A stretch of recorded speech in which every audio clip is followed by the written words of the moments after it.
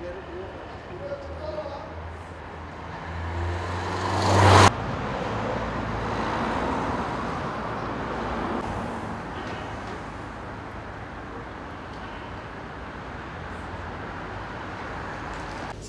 Aleykümselam. Hoş geldiniz. Hoş bulduk.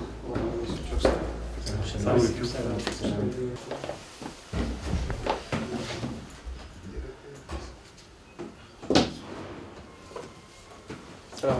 Aleykümselam.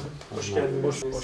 Başlarınızla geldiniz, şeref verdiniz. Eyvallah. Allah razı olsun. Nasılsınız, iyi misiniz? Allah'a hamdolsun. Allah'a hamdolsun. Siz iyisiniz? Hamdolsun, çok şükür. Bizler uzun zamandır niyetli aldığımız bir durum. Ziyaret etmek, tanışmak istedik. Sonuçta siz de topluma yönelik söz söyleyen, siyasi bir boyutta çalışmalarınızı yürütüyorsunuz. Biz biraz da işin sivil boyutundayız. Sivil toplumla ilgili çalışmaları yürütüyoruz. Evet. Selam verip tanışmak istediğimiz bir ziyaret olsun istedik. O vesileyle ben ifade ettim buradaki ofisteki arkadaşlara. O kapsamda sizleri de ziyaret etmek istemiştik. Fakat il dışında olduğunuzdan dolayı sizin bir ziyaret programının olduğunu söyleyip böyle bir geri dönüş gelmişti bizim arkadaşlar. Daha önce bir telefonda tanışmıştık. Evet, Yüz yüze tanışmak da nasip oldu. Eyvallah, Allah razı olsun. Çok memnun olduk. Eyvallah.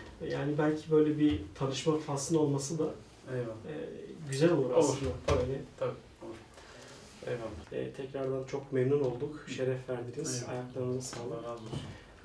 Öncelikle vefat eden kardeşlerimizin, o elim kazada vefat eden kardeşlerimiz için telefonda taziyelerimizi iletmiştik. Fakat yüz yüze de tekrardan iletmek isteriz. Başınız sağ olsun. Allah razı olsun. Sizin acınız, sizin kaybınız bizim acımızdır, bizim kaybımızdır. Kendi yani kardeşlerimizi kaybetmiş gibi bizler de üzüldük gerçekten.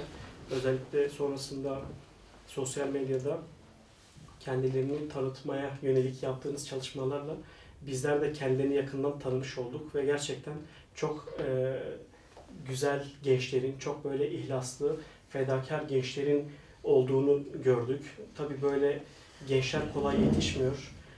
İHA böyle gençlerin yetişmesi için gerçekten güzel bir özveri ortaya koyuyor. Tabii onların kaybı bütün Müslümanları, Türkiye'deki bütün Müslümanları üzdü kardeşlerimizin. Azzamallahu ecrakum ve ahsene azakum ve gafarallahu merhumekum ila ruhin nebi ve alihi ve sahbihi ve hususen ila merhumihum el Fatiha.